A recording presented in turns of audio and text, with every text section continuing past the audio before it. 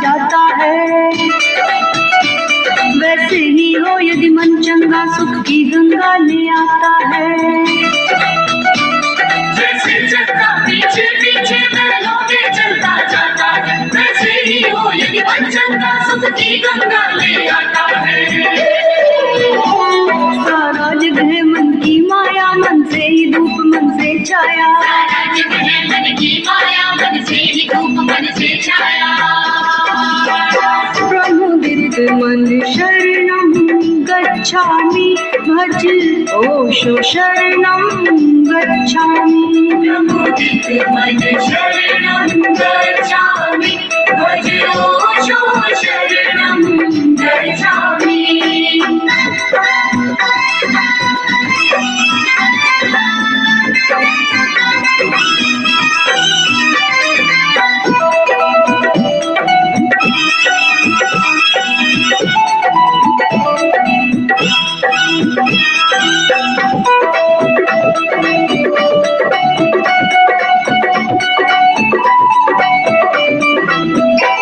लगता होगा यह बहुत बार, कुछ लोग नहीं सुनते तुमको। घायल हो जाता अहंकार, दुख पागल कर देता मन को। लगता होगा यह बहुत बार, कुछ लोग नहीं सुनते तुमको। घायल हो जाता अहंकार, दुख पागल कर देता मन को। मत कथा गढ़ो या चिल्लाओ, नूतन अनुरोध किए जाओ। कथा गढ़ो या चिल्लाओ, नूतन अनुरोध किए जाओ। अनुरोधं शरणं गच्छामि, भज ओशो शरणं गच्छामि। अनुरोधं शरणं गच्छामि, भज ओशो शरणं गच्छामि।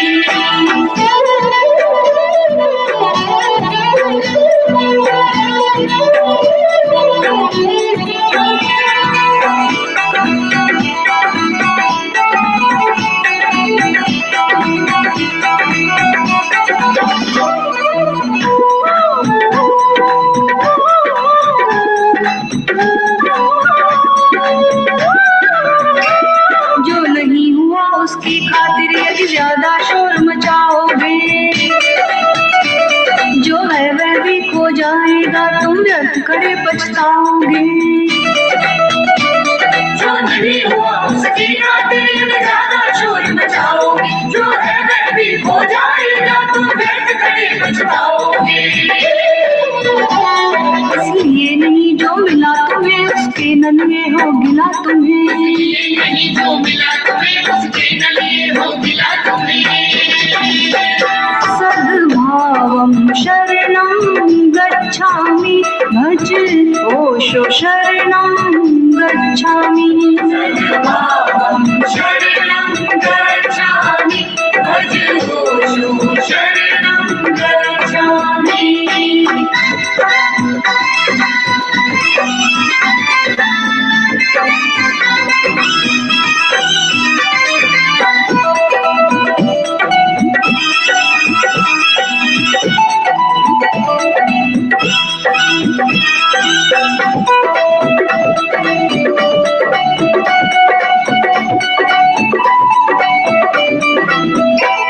कुछ करो मगर मत जिद करो, दुनिया चलती ही रहती है। अंगद जैसा मत पाँव टेक, बाजी उल्टी पड़ सकती है। कुछ करो मगर मत जिद करो, दुनिया चलती ही रहती है। अंगद जैसा मत पाँव टेक, बाजी उल्टी पड़ सकती है। कोई न जरूरी दस्तंदर खा जाएगा पथ में ठोकर। कोई न जरूरी दस्तंदर खा जाएगा पथ में ठोकर।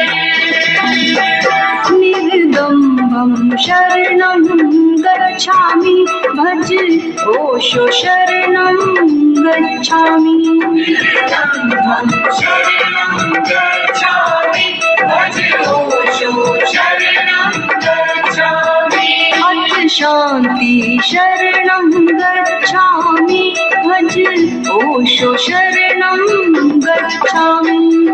शांति शरणं गच्छामि, भज ओशो शरणं गच्छामि प्रमुदितमन शरणं गच्छामि भजनोषु शरणं गच्छामि अनुमोदं शरणं गच्छामि भजनोषु शरणं गच्छामि सद्भावं शरणं गच्छामि भजनोषु शरणं गच्छामि निर्गुणं शरणं गच्छामि भजनोषु शरणं गच्छामि। ओशो। बैठे बैठे।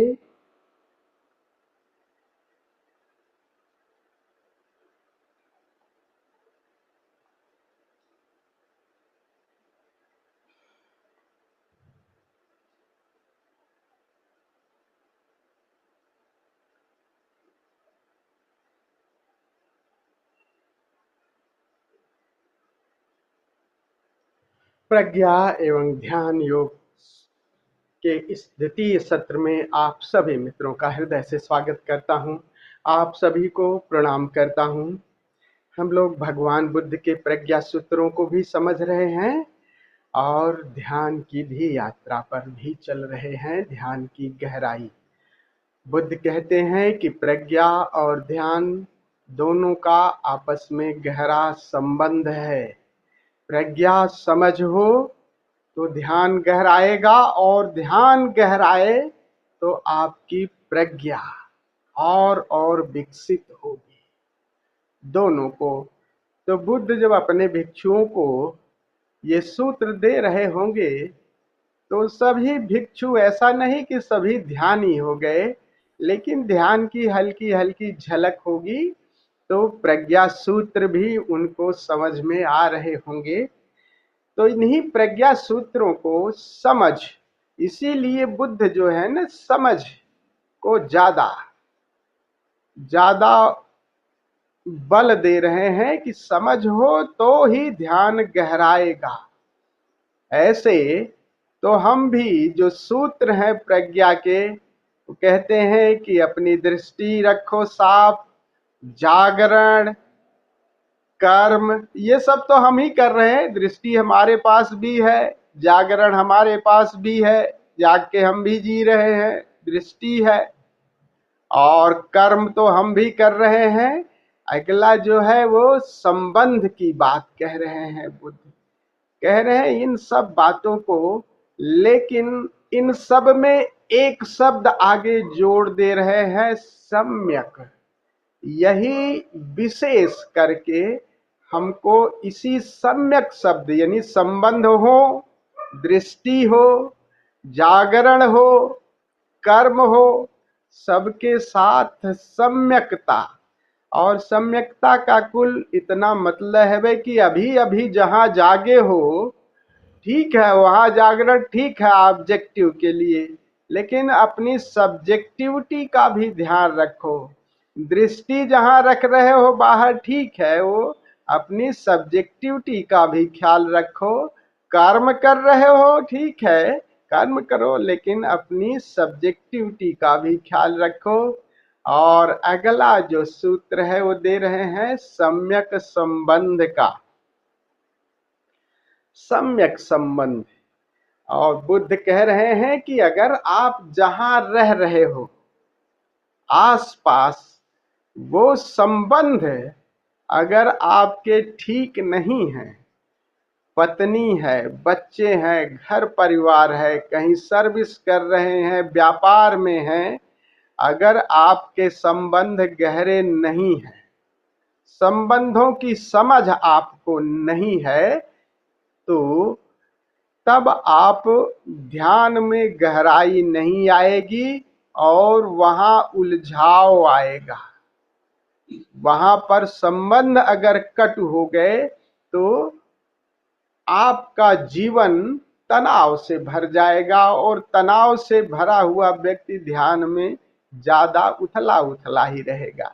तो सम्यक संबंध की बात कह रहे हैं। एक बात खूब ध्यान रख लीजिए कि हम सब जो बात कर रहे हैं, जैसे मैं बात कर रहा हूं, आप सुन रहे हैं, कोई जरूरी नहीं कि सारी बात आप मान ही लीजिए। जो बात आपकी न समझ में आए, आप नहीं राजी हैं, उसको नहीं राजी रहिए, लेकिन अगर कुछ बात आ गई समझ में तब उस पर चल के देख लीजिए। बहुत सारी बातें हो सकता है हम राजी न हो, तो उसको मत राजी होइए, लेकिन जानने की यात्रा पर हम लोग संग में है, साथ हैं, कुछ तो मिल ही रहा है, तो उसको मिलते रहें, मिलाते रहें। और दूसरी बात कल शॉर्ट में कर दूं कि क्रांति और शांति। एक पिता जो है ना मकान बनाता है, तो बनाने के लिए कितना श्रम किया, कितनी मेहनत किया। अब पिता श्रम करते करते उसका जीवन अब पूरा होने को आ गया, तब क्या होगा, पिता तो गया, अब बेटे को दे गया, तो बेटे को दे गया तो अब पिता मैंने मकान बना लिया, तो क्या करोगे, पिता ने मकान बना लिया और पिता के पद चिन्हों पे चलोगे, वही दूसरा मकान बनाओगे। अरे पिता ये कह गया कि मकान बन गया है, तुम इसमें शांति से विश्राम करो। लेकिन क्रांति क्रांति, रिबेलियस रिबेलियस। अरे गुरु एक बंजर धरती पर बीज बोने के लिए प्रयास कर रहा था, ध्यान और समाधि के बीच।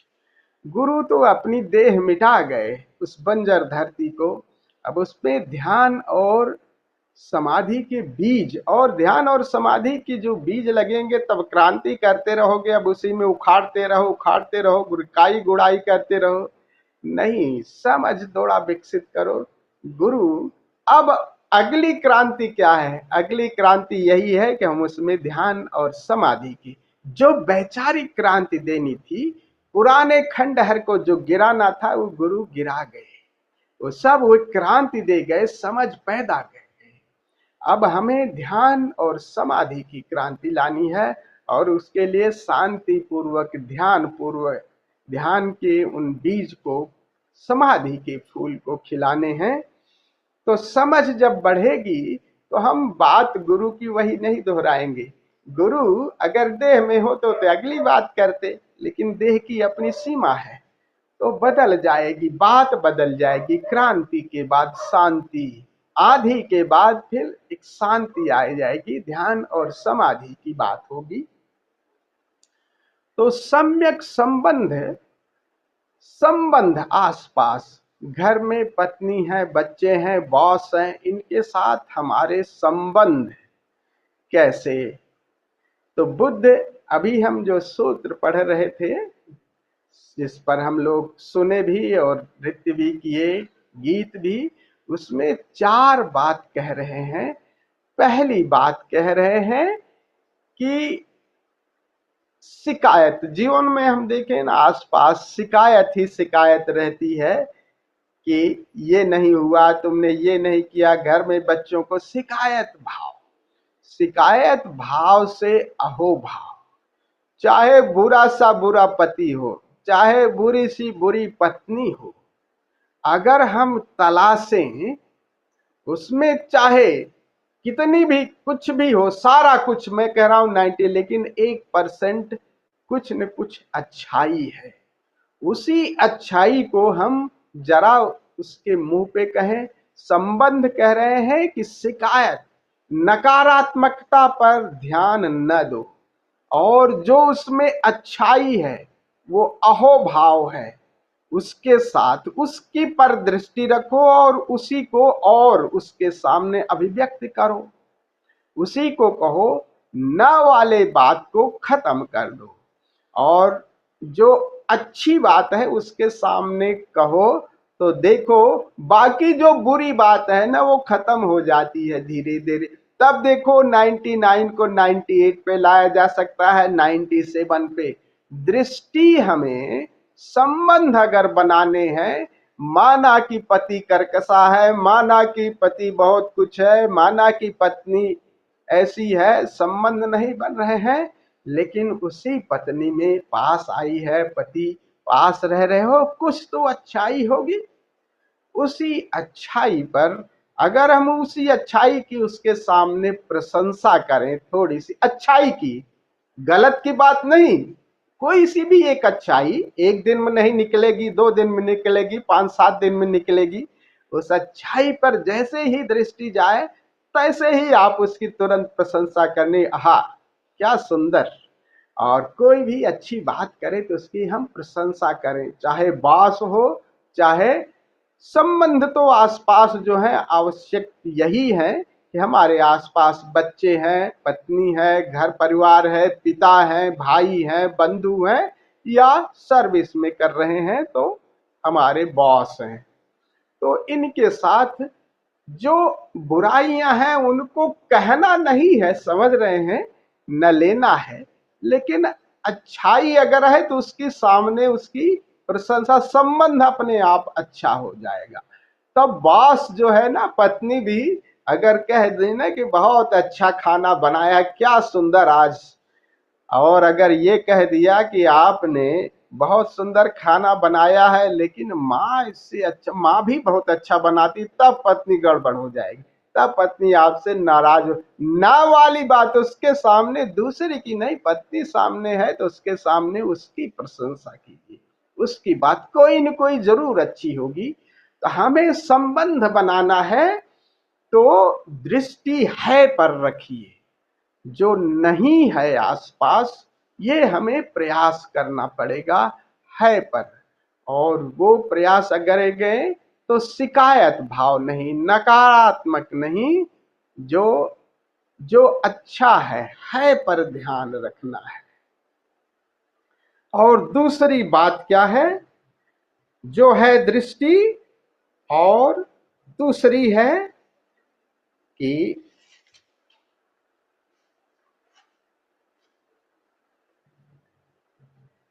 जो नहीं है। दूसरा कह रहे हैं जो आपको नहीं मिला है, जो मिला है उस पर, जो अच्छा है उस पर दृष्टि रखिए।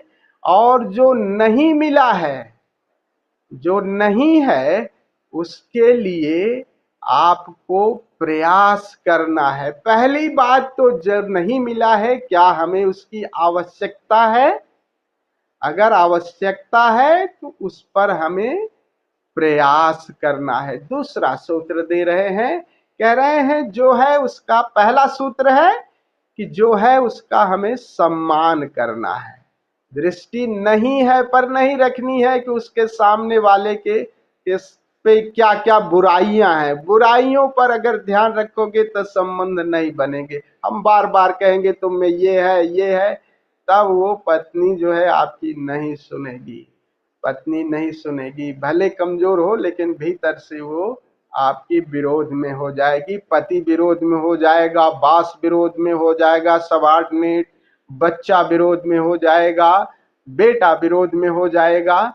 तो कुछ भी, जो भी अच्छाई है उसकी प्रशंसा करें, तब देखो वही बेटा, वही बाप, वही पत्नी, वही पति, वही भाई आपकी बात को, वही मित्र आपकी बात को मानने भी लगता है। तो संबंध बनेंगे जो है अगर उस पर दृष्टि रखें। और दूसरी, जो नहीं मिला है, जो नहीं है उसके लिए सतत प्रयास करना है। और प्रयास करने से पहले ये सोच लेना है कि जो नहीं मिला है उसकी आवश्यकता है क्या। ऐसे नहीं कि सभी चीज के लिए प्रयास करें।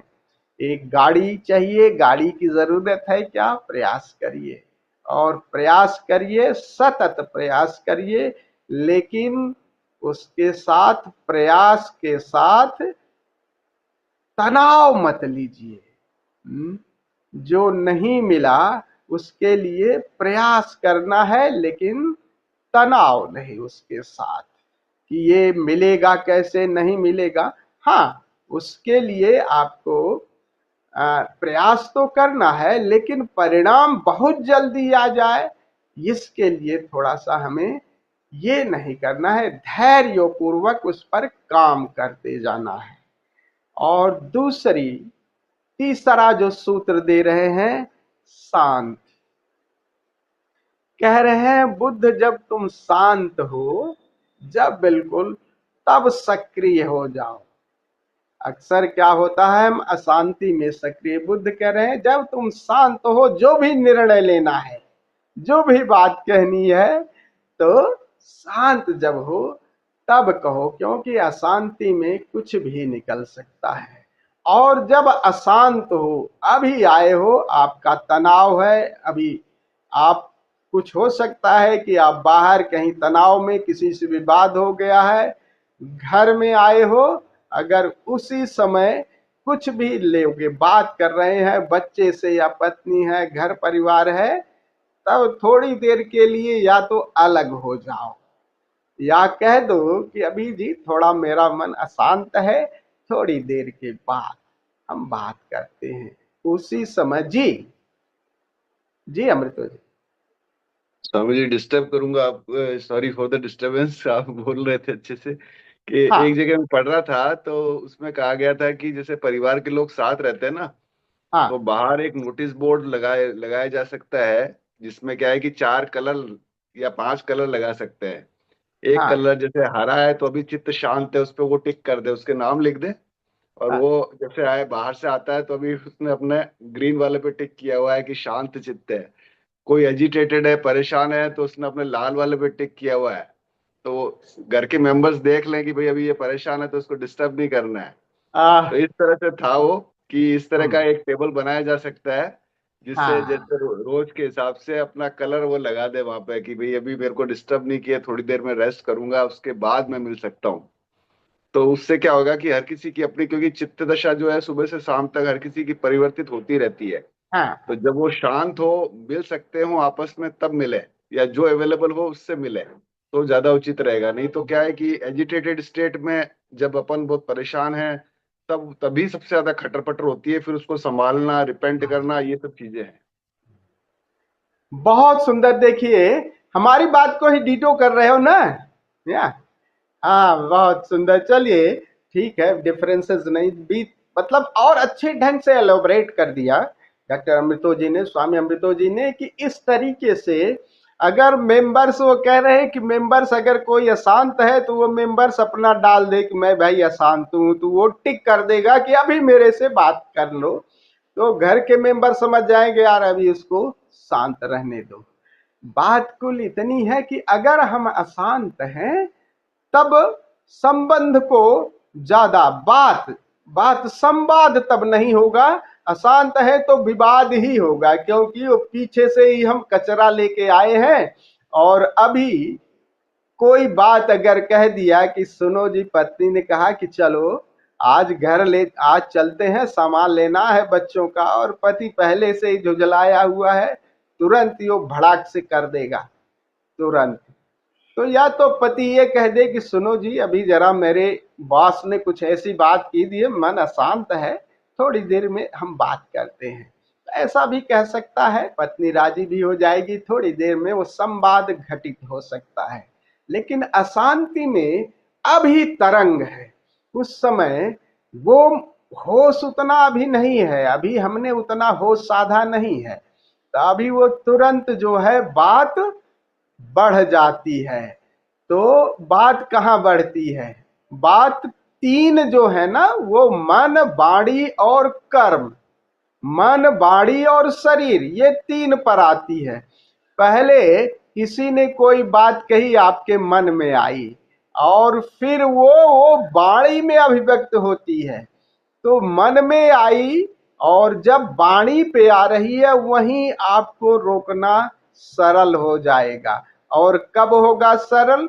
जब जब तनाव में है वहीं से अपना थोड़ी देर मन पहले ही तनाव से भरा है तो थोड़ी दूरी बना ले। मन जब शांत हो जाए तब वाणी, और नहीं, अगर तनाव से है तो वाणी से फिर शरीर पे जाएगा, और शरीर पे जाएगा, क्रोध प्रकट होगा, अनावश्यक फिर विवाद होगा। तब मन, वाणी, और तो वाणी को ही विराम देना है, वाणी को उस समय जब तनाव में है तब वाणी पर ही रोक लगाई वहीं पे, क्योंकि शरीर पर आने पर वाणी अगर अभिव्यक्त हो गई तब वो शरीर पे आएगी, तब वो धारा चौड़ी हो गई, तो वाणी पे ही उसी समय शांत हो जाए, उसी समय थोड़ी देर के लिए जब स्थिति ठीक हो तब बात अपनी कहें। अभी जो एक आप लोगों ने एक ऑस्ट्रेलियाई लेखिका है रोडा बर्न, उसका नाम सुना हो आपने, रोडा बर्न। तो ये सारा जो बुद्ध का जो प्रथम सूत्र है अहोभाव, वो सब उसी का है कि तुम जो चाहते हो उसको विजुअलाइज करो। अहोभाव का मतलब तो यही है ना कि धन्यता, ग्रेटिट्यूड, जो मिला है वो उसको बार बार हम रिपीट करें और याद करें, तो अब देखो एग्जिस्टेंस आपको और देने लगती है परदृष्टि। रोडा बर्न जो द सीक्रेट्स है, वो जो किताब है द सीक्रेट्स, ये सीक्रेट्स में यही है कि तुम जो चाहते हो उसको तुम विजुअलाइज करो। हाँ की दृष्टि, है की दृष्टि, क्या चाह रहे हो उसको बार बार, उसके प्रति ग्रेटिट्यूड, जो मिला है उसके प्रति ग्रेटिट्यूड देखो और 10 times. Then secrets turns in the magic, दूसरी बुक है मैजिक। उसी से है कि जैसे ही आप सीक्रेट, उस रहस्य को उद्घाटित करते हो, उसके लिए तुम विजुअलाइज करना शुरू कर देते हो। न की भाषा में नहीं, हा की भाषा में। अस्तित्व तो हा की भाषा सुनता है, तो उसको विजुअलाइज करो कि ऐसा हमारा घर परिवार इस तरह का हो जाए, अच्छा हो जाए आसपास थोड़ा सा, और उसके लिए विजुअलाइज, और जो मिला है उसको अहोभाव के साथ उसी को और कल्टीवेट करो। तो दूसरा फिर होता है सीक्रेट के साथ मैजिक, वो मैजिक फिर प्रकट होने लगता है। दूसरी बुक उसकी है मैजिक। और तीसरी बात फिर वो शक्ति अस्तित्व की आपके हाथ में आ जाती है, द पावर। तो ये 3 बुक्स उसी पे हैं, ये इसी पे है कि विजुअलाइजेशन है परदृष्टि। बुद्ध का पूरा जोर यही है कि जो है उसका सम्मान करो, जो नहीं मिला है उसके लिए अगर जरूरत है तो प्रयास करो, पुरुषार्थ करो, लेकिन थोड़ा धैर्य पूर्वक, जल्दबाजी में नहीं। जो है उसका सम्मान करो, जो नहीं मिला है उसके लिए पुरुषार्थ करना है।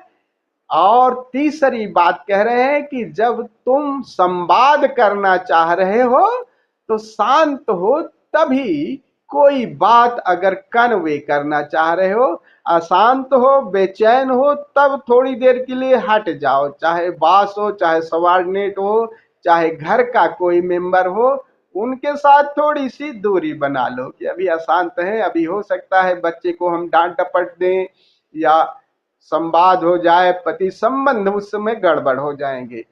तो जब शांत हो जाओ तब संवाद करोगे, ज्यादा बात समझ में आ जाएगी। ये बुद्ध के बड़े महत्वपूर्ण संबंध के सूत्र हैं।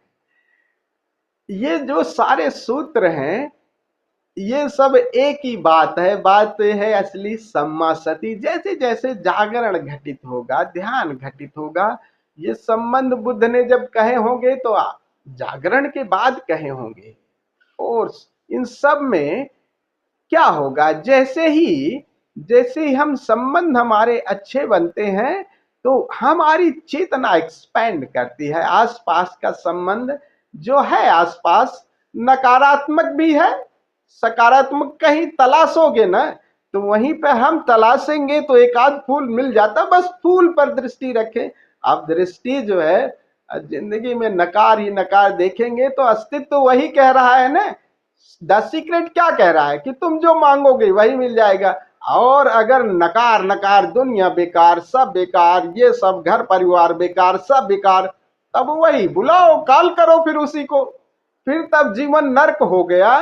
तब काहे के लिए दोस्त, क्योंकि तुम उसी को बुला रहे हो बार बार। बहुत कुछ है भी, दृष्टि हमें है पर रखनी है। तो है को ज्यादा ज्यादा कल्टीवेट करना है। ये पॉजिटिविटी को भरे गिलास को, फिर बाद में तो खैर दोनों छोड़ देते हैं।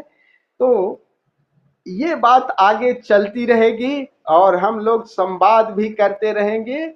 आज के लिए बस इतना ही करते हैं, चलते हैं, थोड़ा ध्यान भी कर लेते हैं। क्यों अमृतो जी, ठीक है? थोड़ा थोड़ा करेंगे ताकि ध्यान भी जरूरी है, हैं? सुनील जी, थोड़ा सा समझिएगा।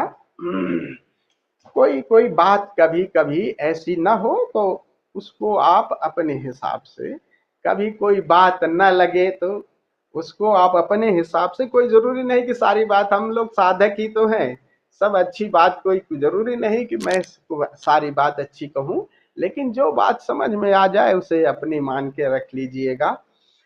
तो ध्यान करते हैं। पीछे हमने जो ध्यान किया था उस सदगुरु की वाणी में किया था, सदगुरु ओशो की वाणी में। और ओशो कहते हैं कि ध्यान में अगर आप उतरना चाहते हैं तो एक स्वीकार, एक लेट गो की स्थिति, बहने जैसी स्थिति। अगर आप तैरने जैसे जीवन में तैरने का प्रयोग कर रहे हैं, एफर्ट डाल रहे हैं, तब वो ध्यान में आप विश्राम में नहीं जा पाएंगे। तो जीवन में बहने जैसे उसका प्रयोग करना है। और दूसरा जो प्रयोग है वो मिट जाने का प्रयोग। हमारा होना अहंकार है। अहंकार कैसे भी हम ये चीजें देखें आसपास कि हम असल में मान ही तो रहे हैं, लेकिन सही बात तो ये है कि हमारा अपना व्यक्तिगत होना है ही नहीं। समष्टि के साथ हम पूरे अस्तित्व के साथ जुड़े हुए हैं। जहां है संबंध है, नाते रिश्ते, पिता ने पैदा किया, आज आप यहाँ है, पाल पोस के बड़ा किया, गुरु ने शिक्षा दी, इन सब का एक संयुक्त योगदान है। और ये प्रकृति आपको लिए जा रही है, ये पेड़, ये हवाएं, ये आकाश, ये सूरज, ये धरती, इनसे आप जुड़े हो। और तुम अपने किए को कुछ भी नहीं, अपना क्या है तुम्हारा, कुछ भी नहीं, सब अस्तित्व के साथ है। तो कह रहे हैं दूसरा प्रयोग मिट जाने का, तो इनके साथ एक हो जाए। और तीसरा प्रयोग आज हम करेंगे सर्व स्वीकार का, कि जब हम सबके साथ हैं तो एक भाव, और भाव कंटेम्पलेशन, धारणा, ध्यान को बहुत गहराई में, सारी धारणा अभी नकारात्मक, यही तो हम कह रहे हैं। अब प्रज्ञा सूत्रों में क्या है, धारणा को ही तो कल्टीवेट कर रहे थे, है पर है को कल्टीवेट करो, this is part of contemplation, ये धारणा का ही तो पार्ट है। और धारणा का पार्ट देखो कैसे आपको उस तरफ ले जाती है जो आप चाह रहे हैं। तो ये तीन पार्ट को हम लोग आज करेंगे। पहला है बहने का प्रयोग, दूसरा है मरने का, जीते जी मर जाने का, यानी बहने में भी आखिर हम है ही तो, बह रहे, आखिर मर भी गए, देह मिट गई, तब भी तो मेरा होना है। अब तीसरी बात कह रहे हैं, उसको कह रहे हैं स्वीकार कर लो कि सबके साथ एक हो तो उसमें तुम भी मिट जाओ। ये ध्यान के बिल्कुल करीब है। तो आज हम इन तीन प्रयोगों को ओशो की भाषा में करेंगे, ओशो की वाणी में करेंगे। तो पहले शुरू में हम 10 मिनट श्वास के माध्यम से, थोड़ा सा एक्सरसाइज के माध्यम से अपनी ऊर्जा को जगाएंगे। फिर बाकी जो प्रयोग है लेट के करना है। और करीब ये 20 या 25 मिनट ओशो की वाणी में है, जिसमें बहने का प्रयोग भी है और मिटने का। ये दो प्रयोग तो हमने पीछे किए थे, आज तीसरा प्रयोग है कि सर्व स्वीकार का। जो आसपास जो घटनाएं हैं, अस्तित्व तो बोल रहा है पक्षियों के माध्यम से, घर में बर्तन खटक रहे, सब परमात्मा, सबको स्वीकार। अस्वीकार हमें तनाव से भर देता है। सबके साथ जुड़ जाएं। एक बच्चा चीख चिल्ला रहा है, उसमें भी परमात्मा ही बोल रहा है, ये स्वीकार अगर कर लें, तब देखें बात एक पूरी एल्केमी, पूरी केमिस्ट्री चेंज हो जाती है और सबके साथ हम एक हो जाते हैं। तो जो भी आवाजें हैं, जो भी बाहर ध्वनि आ रही है, जो भी हो रहा है, उन सबको स्वीकार कर ले, विचार, और but be aware, acceptance and awareness, इसको स्वीकार और जागरूकता। देखें कि हम धीरे धीरे मिट जाते हैं, सबके साथ एक हो जाते हैं, और फिर वो घटना, वो परम शून्यता की घटना घट जाती है। तो ये तीन जो प्रयोग है ओशो की वाणी में है। इसके बाद आप ये तीनों प्रयोग लेट के करना है। हमें ध्यान रखिएगा कि जब आप लेट गए तो शरीर को मत हिलाइएगा। तो आप बाकी आगे का आप प्रयोग 30 मिनट करते हैं, वो आपके ऊपर निर्भर है। इसके बाद फिर ओशो जहां बंद कर देंगे तब हमें क्या करना है, हमें बंद आंखों से फिर उस शून्य के साथ यात्रा करनी है। भीतर जो ओंकार है या भीतर जो निराकार है, भीतर जो आकाश है, जो भी अनुभव है, फिर यात्रा अंतर की करनी है जहां ओशो की वाणी विराम होगी। फिर अगला प्रयोग हम ओशो के माध्यम से ध्यान में भी उतरेंगे। तो आज ये तीनों स्टेप हम लोग करेंगे। तो राइट, बात समझ में आ गई आप लोगों को? ठीक है। तो हम लोग चले तो खड़े होकर के पहले 5 मिनट जो हम पहले सेशन में जो आसन नहीं कर पाए थे उनको कर लेते हैं, उसको कर लेंगे और फिर श्वास का प्रयोग करेंगे, फिर लेट करके ओशो की वाणी में करेंगे। तो खड़े हो जाएं।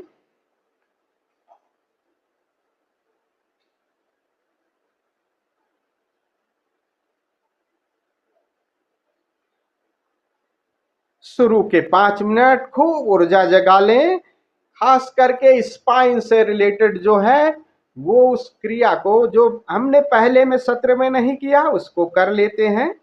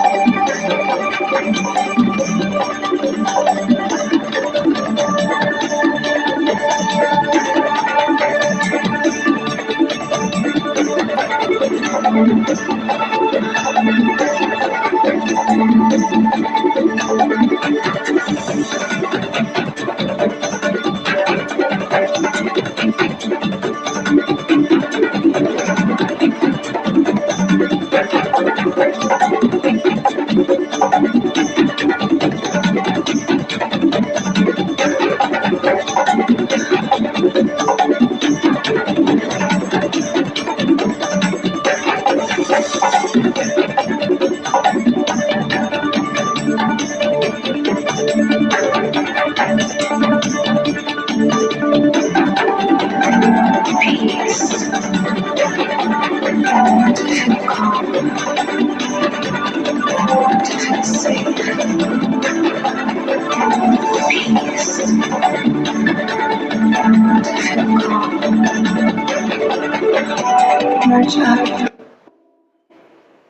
अगला प्रयोग श्वास का करेंगे। तो दोनों पैरों में थोड़ा सा गैप कर लें, जितने चौड़े आपके कंधे हैं। घुटने अनलॉक रखें। अभी श्वास का श्वास को छोड़ने पर जो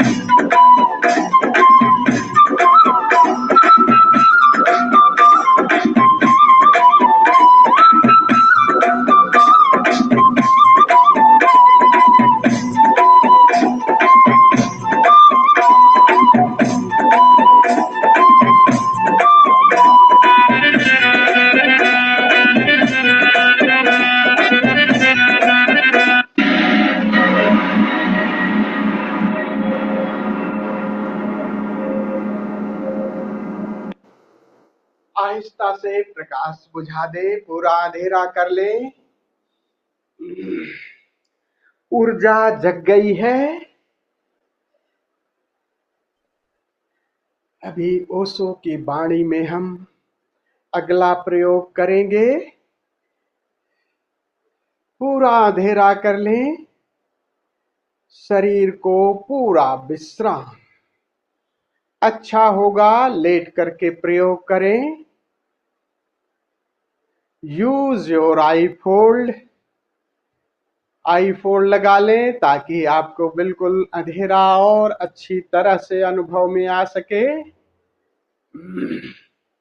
ईयर प्लग चाहे तो एक कान में लगाएं, एक में न लगाएं, ताकि सदगुरु की आवाज भी आपको सुनाई दे। Totally relax.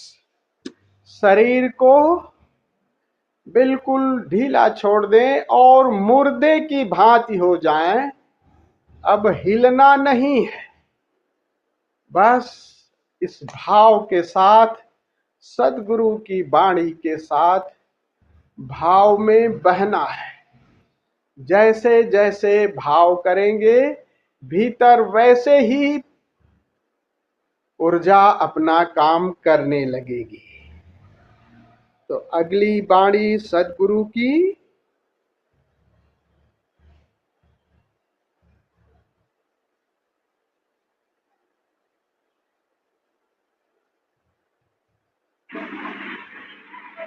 शरीर को ढीला छोड़ दें, आंख बंद कर लें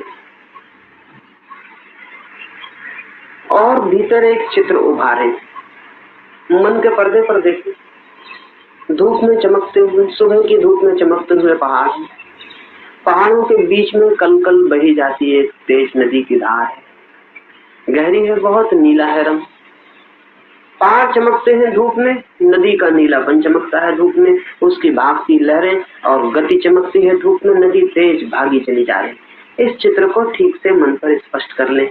नदी तेजी से भागी चली जाती, नदी बह रही, तेज सागर की तरफ किसी अज्ञात सागर को खोजने निकल पड़ी।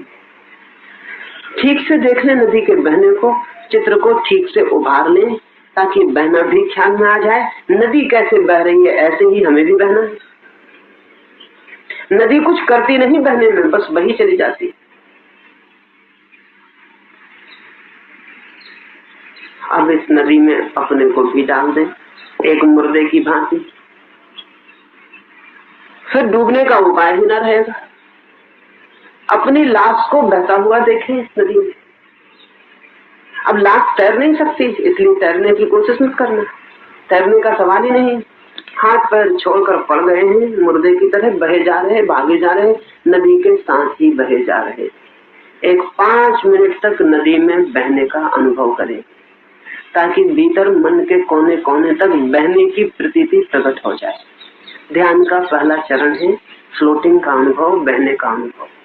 अब देखें पहाड़ चमकते हुए, बहती भागती नदी, उसकी नीली धार, उसमें पड़े हम मुर्दे की भांति। कोई प्राण नहीं, हाथ पैर हिलाने का उपाय नहीं, चाहे भी तो नहीं हिला सकते। और बही जा रही है लाश तेजी से नदी के साथ, तैर नहीं रही, कहीं जाना नहीं, कहीं पहुंचना नहीं, लाश को सिर्फ नदी के साथ बहना। देखें अपने को बहता हुआ, देखें एक 5 मिनट तक अपने को बहता हुआ अनुभव करते रहें। बहते बहते ही मन का बहुत सा कूड़ा करकट बह जाएगा, अशांति बह जाएगी, तनाव बह जाएगा, चिंता बह जाएगी, हल्का हो जाएगा भीतर सब, जैसे भीतर तक स्नान प्रवेश कर गया हो, ऐसी ताजगी हो जाएगी। बहे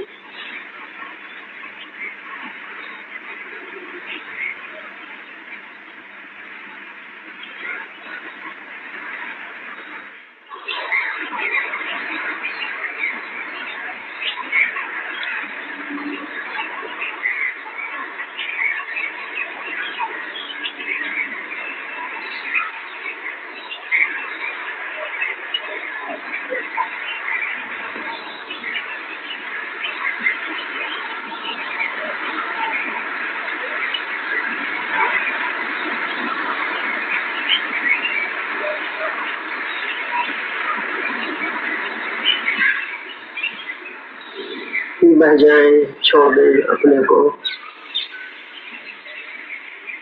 बिल्कुल बह जाएं, छोड़ दें अपने को। नदी भागी जाती और हम बहे जा रहे।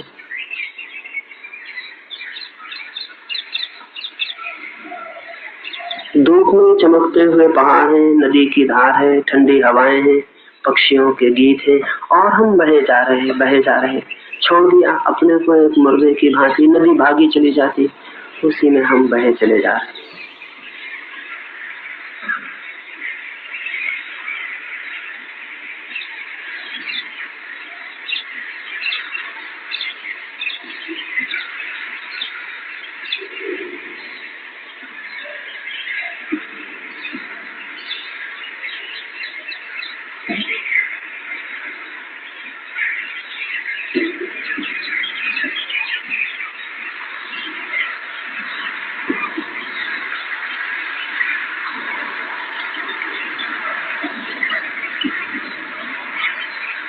मन हल्का हो जाएगा, बिल्कुल शांत हो जाएगा, ताजा हो जाएगा, जैसे भीतर तक स्नान हो गया हो, जैसे आत्मा तक नहा गई हो। बह जाएं, छोड़ दें अपने को, छोड़ते ही सब शांत हो जाता। पकड़ ही अशांति, पकड़ ही तनाव है। छोड़ दिया फिर कैसा तनाव, फिर कैसी अशांति। नदी से जरा भी विरोध ना करें, नदी जहां ले जाए बहे जाएं, बहे जाएं, बहे जाएं।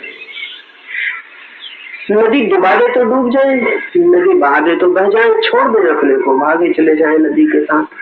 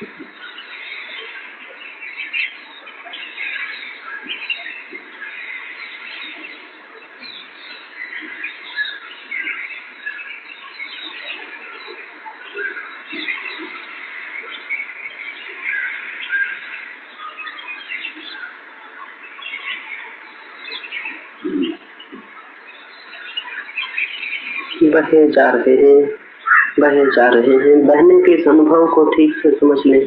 ध्यान का ये पहला चरण। तैरना नहीं है, बह जाना है।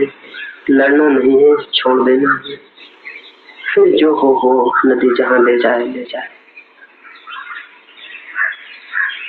मन बिल्कुल हल्का, भारहीन, शांत, मौन हो जाए, हो गया है। मन बिल्कुल ताजा हो गया।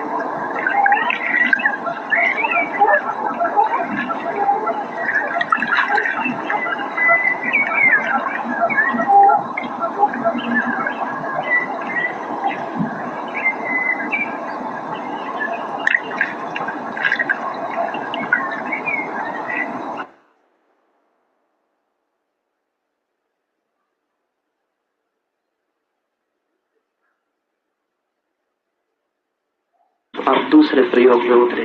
आंख बंद करें, शरीर को ढीला छोड़ दें, लेटना हो लेट जाएं। शरीर ढीला छोड़ दें, आंख बंद कर लें और दूसरा चित्र उभारें आंखों में।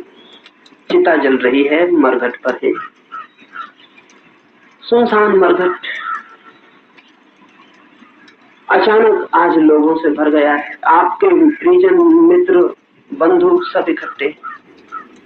वे आपको विदा करने आए, वे आखिरी नमस्कार करने आए।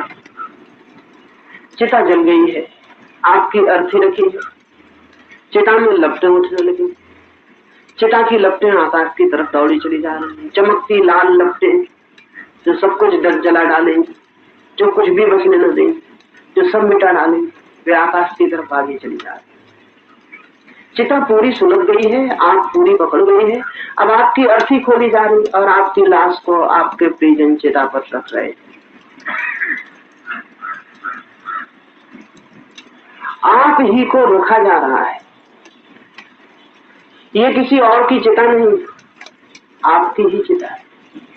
ये किसी और का शरीर नहीं, ये आपका ही शरीर। दूसरों के शरीर को तो आपने भी जाके चढ़ा दिया होगा, आज अपना ही शरीर चढ़ गया है।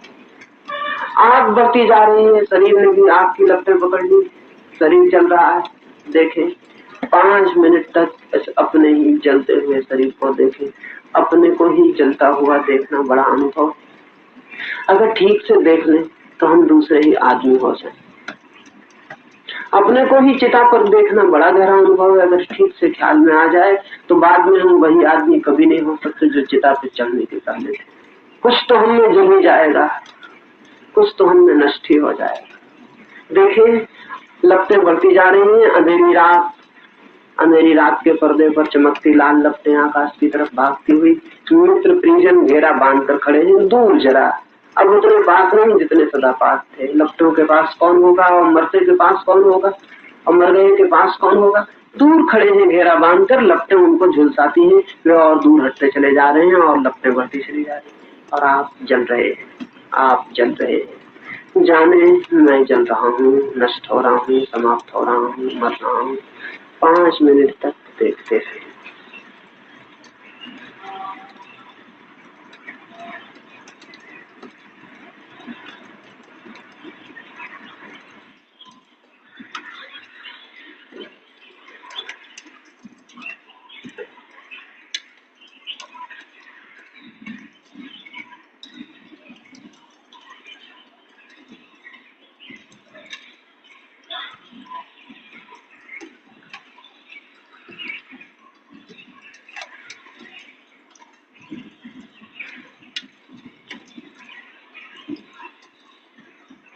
लपटें बहुत बेरहम हैं, तेजी से जल रही हैं और जला रही हैं।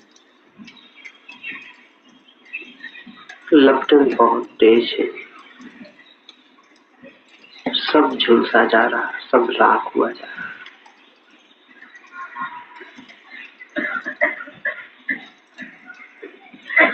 देखें, देखते रहें अपने को जलता हुआ, मिटता हुआ, राख होता हुआ। तेज हवाएं हैं, लपटों को बढ़ाती हैं और तेज लपटें तेज हो जाती हैं। सब जला जा रहा, सब मिटा जा रहा, सब राख हुआ जा रहा। मित्र परिजन धीरे धीरे विदा होने लगे हैं। अब उनके चेहरे नहीं पीठें दिखाई पड़ती। अब वे जा रहे हैं, आखिरी नमस्कार भी हो गया, अब सब राख हो जाएगा। और राख से कौन प्रेम करता है, राख के लिए कौन रुकता है। सब जा चुके हैं, जा रहे हैं,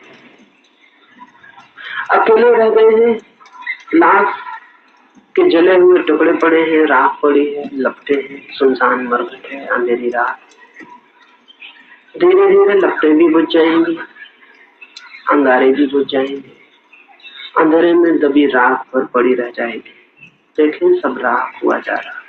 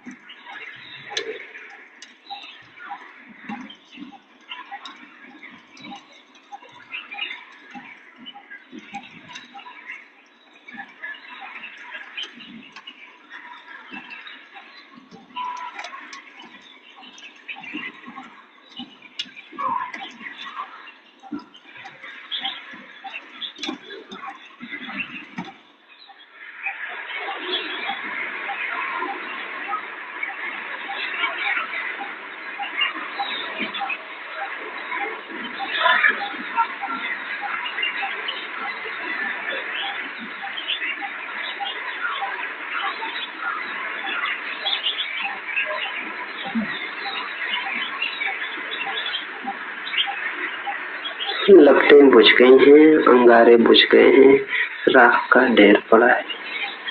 अंधेरी रात ने चारों तरफ से घेर लिया, कोई भी नहीं, राख का ढेर ही हम हो गए। इस राख के ढेर को ठीक से पहचान लें, यही हम है। इसी राख के ढेर में बहुत बार अपने को दर्पण के सामने खड़ा किया था। इसी राख के ढेर में न मालूम कितने सपने देखे। इसी राख के ढेर में न मालूम क्या क्या सोचा, बनाया, बिगाड़ा था।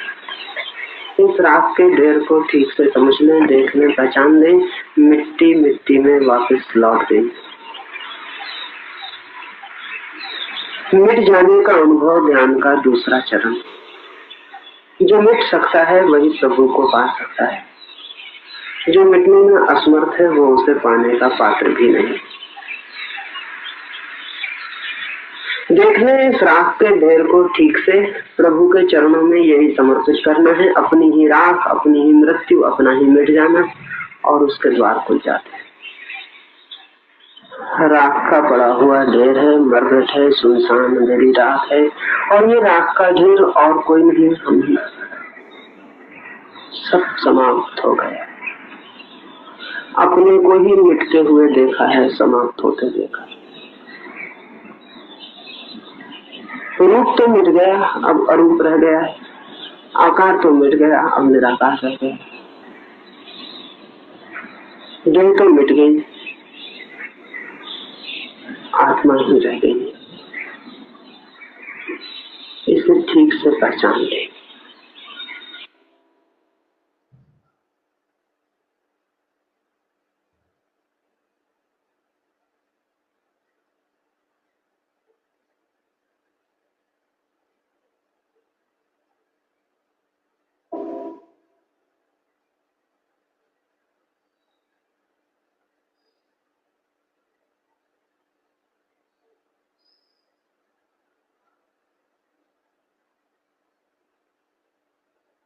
फिर धीरे धीरे आंख खोलें, तीसरे प्रयोग को समझें और 5 मिनट उसे करें।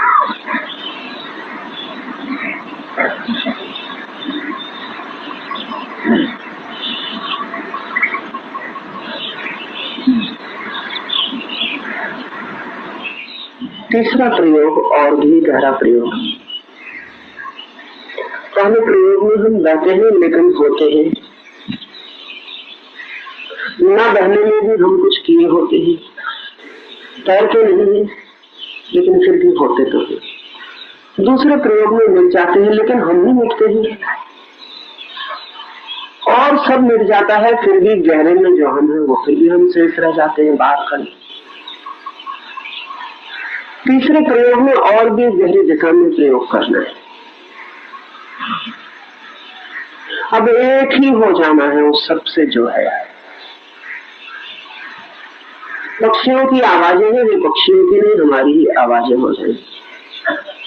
और हवाएं बह रही हैं, उनके झोंके पत्तों को हिला रहे हैं, वे हवाएं न रहेंगी, वे हम ही हो जाएंगे। और पत्ते हिल रहे हैं, सूरज की धूप में चमक रहे हैं, हवाओं में नाच रहे हैं, वे पत्ते न रह जाएंगे, वे हम ही हो जाएंगे। जो भी है उसके साथ हम एक हो जाएंगे। कैसे एक हो सकते? स्वीकार से। अगर सब हमें स्वीकार हो जाए तो हमारा भेद गिर जाता है। अद्वैत को वही उपलब्ध होता है, अभेद को वही उपलब्ध होता है जो सर्व स्वीकार को उपलब्ध हो जाता है। जिससे हम विरोध करते हैं उससे हम टूट जाते हैं, जिससे हमारा विरोध नहीं उससे हम जुड़ जाते हैं, जिसे हम इनकार करते हैं उसके हमारे बीच सीमा खिंच जाती है, जिसे हम स्वीकार कर लेते हैं उसके हमारे बीच की सीमा विलीन हो जाती है। अगर हम सर्व और अपने बीच कोई सीमा न खींचे, कोई भेद रेखा न खींचे, कोई विरोध न बांधे, तो सर्व और हमारे बीच न कोई रेखा है, न कोई भेद है, न कोई विरोध है। हमारा खींचा हुआ विरोध है, हमारी खींची हुई रेखा है। उस रेखा को हम अभी पहुंच डाल सकते हैं। ध्यान के तीसरे प्रयोग में उस रेखा को बिल्कुल पहुंच डालना है। तब ऐसा अनुभव नहीं करना है कि मैं यहाँ हूँ और वहां पक्षी आवाज कर रहे हैं। ना जो आवाज कर रहा है पक्षियों में वही यहाँ सुन भी रहा है। विरोध कैसा? किसका विरोध? मैं ही आवाज कर रहा हूँ, मैं ही सुन रहा हूँ। सर्व स्वीकार से ऐसी प्रतीति होनी शुरू हो जाती है। अभी ट्रेन निकल रही है, अगर सारे मन से स्वीकार हो जाए तो ट्रेन बाहर निकलती हुई मालूम नहीं पड़ेगी, कहीं हमारे भीतर ही निकलती हुई मालूम पड़ेगी। उसके पहियों की आवाज, उसकी सीटी के शोर, वो हमारे भीतर ही उठता हुआ मालूम पड़े। ऐसा लगेगा हम फैल कर बहुत बड़े हो गए, सारे जगत को घेर लिया और सब हमारे भीतर ही हो रहा है। इस तीसरे प्रयोग को मैं कहता हूँ तथाता। थिंग्स आर सच, चीजें ऐसी हैं और हमने उन्हें स्वीकार कर लिया, हमारा कोई विरोध नहीं। चीजों का जैसा होना है वैसे के लिए हम राजी होते हैं। एक फकीर के पास एक आदमी गया था और उस फकीर से उसने कहा कि आप तो बहुत शांत हैं और मैं बहुत अशांत हूँ, तो मुझे शांत होने का रास्ता बता दें। उस फकीर ने कहा रास्ते की क्या जरूरत है, मैं शांत हूँ, तुम अशांत हो, मैं अपनी शांति में राजी हूँ, तुम अपनी अशांति में राजी हो जाओ। उस आदमी ने कहा मैं कैसे राजी हो जाऊं, मैं अशांत हूँ, मुझे अशांति मिटानी। उस फकीर ने कहा जब तक मिटानी तब तक तुम शांत ना हो सको, अपनी अशांति में राजी हो जाओ, फिर देखो अशांति बचती है या नहीं बचती है। अगर कोई अपनी अशांति में भी राजी हो जाए तो अशांति फिर कहाँ है? अशांति तो नाराजी में थी, अशांति तो विरोध में थी, अशांति तो इस बात में थी कि नहीं ऐसा नहीं होना चाहिए, अशांति नहीं होनी चाहिए, मुझे शांत होना। उस आदमी ने कहा आप ठीक कहते हैं लेकिन मुझे शांत होना है। फकीर ने कहा फिर तुम ना हो सको, और मैं तो कभी तुम्हारे पास पूछने न आया कि तुम बड़े अशांत हो, मैं बड़ा अशांत हूँ तो मुझे अशांत होना। मैं किसी के पास पूछने नहीं गया, मैं जैसा था मैं वैसे को ही राजी हो गया और फिर मैं शांत हो गया। शांति परिणाम है, हम जैसे ही वैसे ही हो जाने का, राजी होने का अंतिम फल। शांत कोई भी नहीं हो सकता, जो है वैसा ही होने को राजी हो जाए, शांति पीछे चली आती है छाया की तरह। उस आदमी ने कहा फिर भी मेरी समझ में नहीं आता। उस फकीर ने उसका हाथ पकड़ा और मकान के बाहर ले आया। वहां आकाश को छूता हुआ एक बड़ा दरख्त है, ऊपर चांद निकला है, ऊपर आकाश तक उठ गया है और पास में ही एक छोटा सा पौधा भी है। उस फकीर ने कहा देखते हो उस दरख्त को? उस आदमी ने कहा देखता हूँ, बहुत बड़ा है, आकाश को छूता है। और उस फकीर ने कहा देखते हो इस छोटे से पौधे को? उसने कहा देखता हूँ, बड़ा छोटा है बेचारा। तो उस फकीर ने कहा लेकिन 20 साल से मैं यहाँ, मैंने इस छोटे दरख्त को बड़े से कभी पूछते नहीं देखा कि तू बहुत बड़ा है, मैं बहुत छोटा हूँ, मैं बड़ा कैसे हो जाऊँ। मैंने इनके बीच कभी चर्चा नहीं सुनी। छोटा अपने छोटे होने में राजी है और इसलिए छोटा नहीं रह गया, क्योंकि छोटा तो वो तभी मालूम पड़ सकता है जब वो छोटे होने को राजी न रह जाए और बड़े की कामना करने लगे। बड़ा अपने बड़े होने में राजी है इसलिए बड़ा नहीं है, क्योंकि बड़े का कोई सवाल ही नहीं, किसी से तुलना ही नहीं की। वो फकीर कहने लगा ये छोटे में राजी है, वो बड़े में राजी है, दोनों बड़े मजे में, छोटा छोटा है बड़ा बड़ा है, कोई झंझट नहीं, कोई झगड़ा नहीं, कोई तुलना नहीं, कोई अशांति नहीं। उस आदमी ने कहा लेकिन फिर भी मैं नहीं समझा। तो उस फकीर ने कहा कि तू अपनी नासमझी में भी राजी हो जा, अब तू समझने की भी कोशिश मत कर, जा और समझ ले कि मेरी समझ में नहीं आता और इसलिए राजी हो। तथाता के प्रयोग का मतलब है जो है उसके लिए हम राजी हैं, अज्ञान के लिए भी, अशांति के लिए भी, जो भी हमारे भीतर बाहर है सबके लिए राजी है। हमारा कोई विरोध ही नहीं। एक 5 मिनट के लिए अविरोध का प्रयोग करें, हमारा कोई विरोध ही नहीं, सब स्वीकार है, सब स्वीकार है। श्वास श्वास में रो में स्वीकार की भावना भर जाए तो 5 मिनट में आप पाएंगे ऐसे आनंद के स्रोत खुल गए जो बिल्कुल अपरिचित, ऐसे द्वार खुल गए जो सदा बंद है, और ऐसी शांति बह गई चारों तरफ जिसे हमने कभी न जाना। आंख बंद करें, शरीर को शिथिल छोड़, आंख बंद कर लें, शरीर को शिथिल छोड़ दें, और जो है उसके लिए पूरे मन से राजी हो जाए। जो है पक्षियों की आवाजें हैं, हवाओं के झोंके हैं, सूरज की जलती हुई किरणें हैं, रास्ते पर शोर है, कोई ट्रेन गुजरेगी, कोई कार आवाज करेगी, ऐसा बाहर है इसके लिए राजी हो जाएं, ऐसा है और हम राजी। फिर भीतर बहुत कुछ होगा, कोई विचार चलेगा, कोई भाव उठेगा, उसके लिए भी राजी हो जाएं, ऐसा है। जो भी हो रहा है उसके लिए राजी हो जाएं, ऐसा है, और अपने को बिल्कुल छोड़ देंगे स्वीकार के भाव में। तब धीरे धीरे धीरे धीरे सब सीमाएं उठ जाएंगी, धीरे धीरे सब भेद गिर जाएंगे। तब ऐसा न लगेगा कि धूप अलग और मैं अलग और पक्षियों की आवाजें अलग और मैं अलग। तब हम फैल कर बड़े हो जाएंगे और सभी हमारे भीतर होने लगेगा। हम सबके साथ एक हो जाएंगे अगर स्वीकार कर ले। 5 मिनट सब स्वीकार करके चुपचाप रह जाए।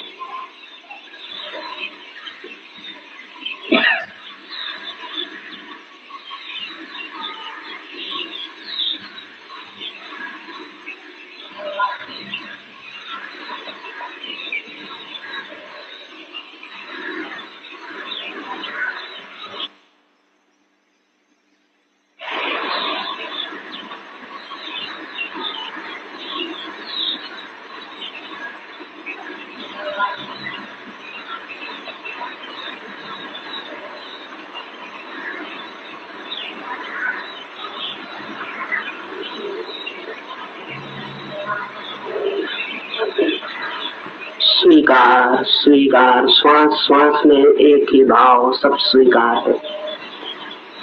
रोए रोए में एक ही प्रार्थना, सब स्वीकार है।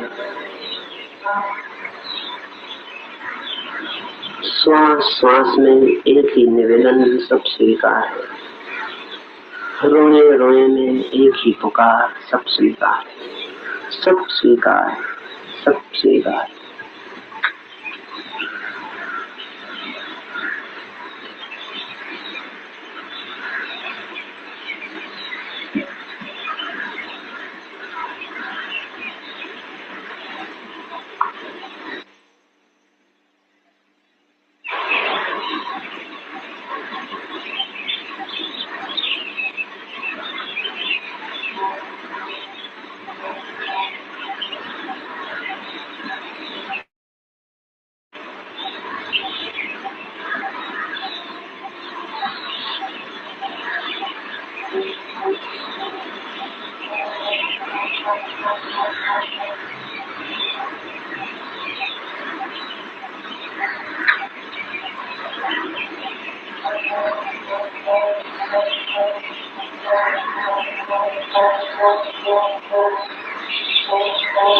सब स्वीकार है, सब स्वीकार है। एक ही निवेदन, एक ही प्रार्थना, एक ही भाव, सब स्वीकार है। सब स्वीकार है। पक्षी आवाज कर रहे हैं, सड़क पर शोरगुल है, हवाएं इन वृक्षों को कपाती, सब स्वीकार।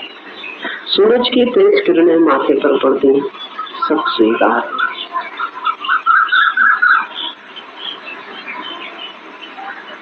कोई विरोध नहीं, कोई विरोध नहीं, कोई विरोध नहीं। और मन एकदम शांत होता चला जाए। मन शांत होता चला जाए। मन शांत होता चला जाए। मन गहरे अर्थों में शून्य हो जाए। सीमाएं गिर जाएंगी और सब एक मालूम होने लगे।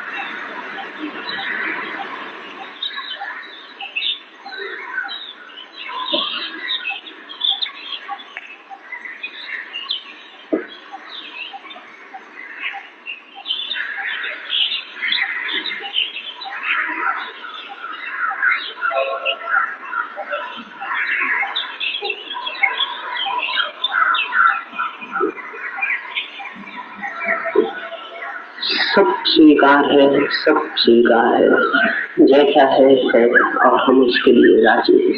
तो देखे मन कैसा शांत हो जाता है, फिर देखे मन कैसे गहरे आनंद में उतर जाता है, फिर देखे मन कैसे सारे जगत के साथ एकता साथ लेता है। इस भाव को ठीक से समझ लें, ये ध्यान की आत्मा है, प्राण है, ध्यान का केंद्र है।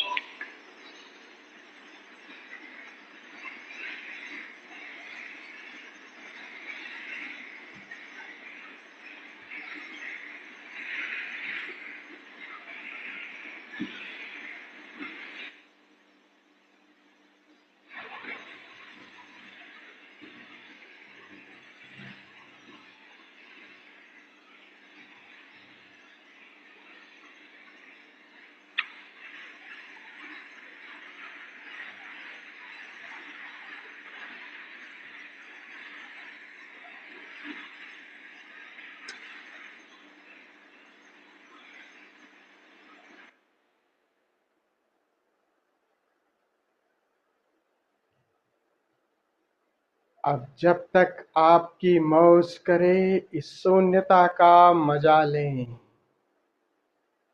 इस शून्य की गहराई में उतरते जाएं। जय ओशो।